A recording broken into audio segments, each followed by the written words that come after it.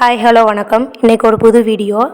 நான் ஒரு பழைய மொபைல் கேஸை ரீயூஸ் பண்ணலான்னு எடுத்து வச்சுருக்கேன். ரொம்ப உடஞ்ச ஸ்டேஜில் இருக்குது. இதுதான் நான் ஃபஸ்ட் டைமாக வாங்கின மொபைல் கேஸு.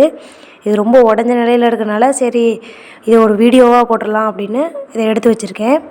இதை ஃபஸ்ட் நம்ம அரேஞ்ச் பண்ணி வச்சுக்கிறோம். எப்படி இருக்குது அப்படின்னு நம்ம ஸ்டேஜ் அரேஞ்ச் பண்ணி வச்சுக்கிறோம். இதை ஃபெவிகால் இல்லைனா ஃபெவிக்விக்கை போட்டு ஒட்டி வச்சுக்கிறேன். நான் ஃபெவிகால் போட்டு ஒட்டி வச்சுக்கிறேன். இது நல்லா ஃபுல்லாக ஒட்டி வச்சுட்டு இது 2-3 நாள் கழித்து காய வச்சு நான் எடுத்து பெயிண்ட் பண்ண போகிறேன். இந்த வீடியோ எடுத்தே ரொம்ப நாள் ஆச்சு. சரி இன்றைக்கி வீடியோ எடுத்து போட்டுடலாமே அப்படின்றதுக்காக எடுத்து வச்சுருக்கேன். இதை காய வச்சுட்டு அதுக்கப்புறம் இதுக்கு மேலே ஒயிட் கலர் கோட்டிங் ஃபுல்லாக நான் அடிச்சுக்குவேன். உள்பக்கமாக நான் செலோ டேப் போட்டு ஒட்டி வச்சுருக்கேன். எதுக்கும் சேஃப்டிக்கு ஒட்டிக்கலாம் அப்படின்றதுக்காக ஒட்டி வச்சுருக்கேன். வெளிப்பக்கம் அப்புறம் ஃபுல்லாக ஒரு கோட்டிங்கில் ஒயிட் கலர் அடிச்சுக்கிறேன். அப்போ தான் நம்ம என்ன கலர் அடிக்கிறோமோ அந்த கலர் நல்லா கொஞ்சம் ப்ரைட்டாக இருக்குன்றதுக்காக அடித்து வச்சுக்கிறேன்.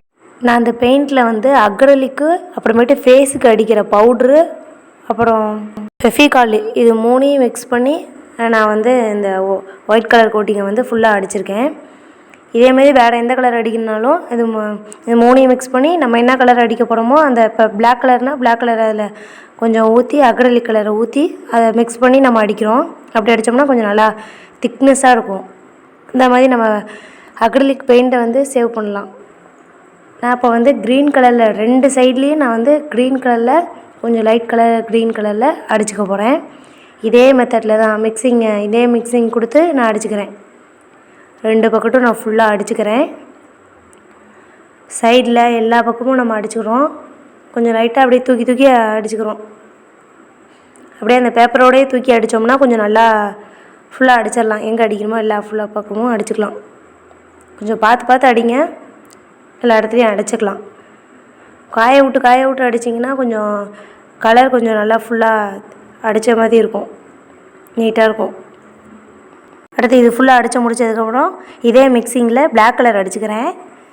நடு சென்டரில் ஃபுல்லாக அந்த கோடு மாதிரி கிளாஸ் மாதிரி இருக்கும். அந்த இடத்துல அந்த பிளாக் கலரை ஃபுல்லாக சைட் கோட்டிங்கை ஃபஸ்ட்டு நம்ம ஃபினிஷ் பண்ணிவிட்டு அதுக்கப்புறமேட்டு நடுப்பக்கம் கொடுத்தோம்னா கொஞ்சம் நல்லா நீட்டாக இருக்கும். ஏன்னா அப்புறம் அந்த ஸ்ப்ரெட் ஆகாமல் கொஞ்சம் நல்லா நீட்டாக வரும். சைடு கோட்டிங் ஃபுல்லாக கொடுத்ததுக்கப்புறம் நடுப்பக்கம் அப்படி நம்ம என்ன வேணால் கொடுத்துக்கலாம். அப்போ தான் அந்த கலர் அதோட மெர்ஜ் ஆகாமல் நல்லா ஒரு ஸ்ட்ரைட் கோடு மாதிரி இருக்கும். அந்த மாதிரி கொடுத்து பாருங்கள், நீட்டாக இருக்கும். ஃபுல்லாக ஒரு கோட்டிங் மேலே கோட்டிங்காக அடித்து நீட்டாக்கி வச்சுருக்கோம். இதுதான் அதோடய ஃபுல் ஃபினிஷிங்கு. இது நல்லா காய வச்சிடணும். காய வச்சுட்டு தான் அதுக்கப்புறம் நம்ம என்ன கொடுக்கணுமோ அதை கொடுத்துக்கலாம். என்ன கலர் கொடுக்கணுமோ இல்லை உங்களுக்கு என்ன டிசைன் பிடிச்சிருக்கோ அந்த மாதிரி எது வேணால் கொடுத்துக்கலாம். நான் ஃப்ளவர் தான் கொடுக்குறேன் வழக்கம் போல். சென்டரில் இருக்கிற பிளேஸ் பிளாக் கலராக இருக்கவும் நான் ரோடு போட்டுக்கலாம் அப்படின்னு நினச்சேன். ஒயிட் கலரில் அப்படியே கோடு கோடாக போட்டோம்னா ரோடு மாதிரி இருக்குமே அப்படின்னு நான் நினச்சேன். அப்புறமேட்டு சரி ஃப்ளவரே வரைஞ்சிடலாம் அப்படின்ட்டு ஃப்ளவரே போட்டுக்கிறேன்.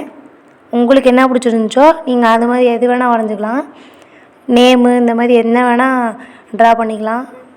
நான் கொஞ்சம் ஃப்ளவரே போட்டுக்கிறேன் அப்படின்னு பிளாக் கலருக்கு அப்படியே ஒயிட் கலர் இல்லைன்னா எல்லோ கலர் அட்ராக்டிவாக இருக்குன்றதுக்காக நான் ஃப்ளவர் வரைஞ்சிக்கிறேன்.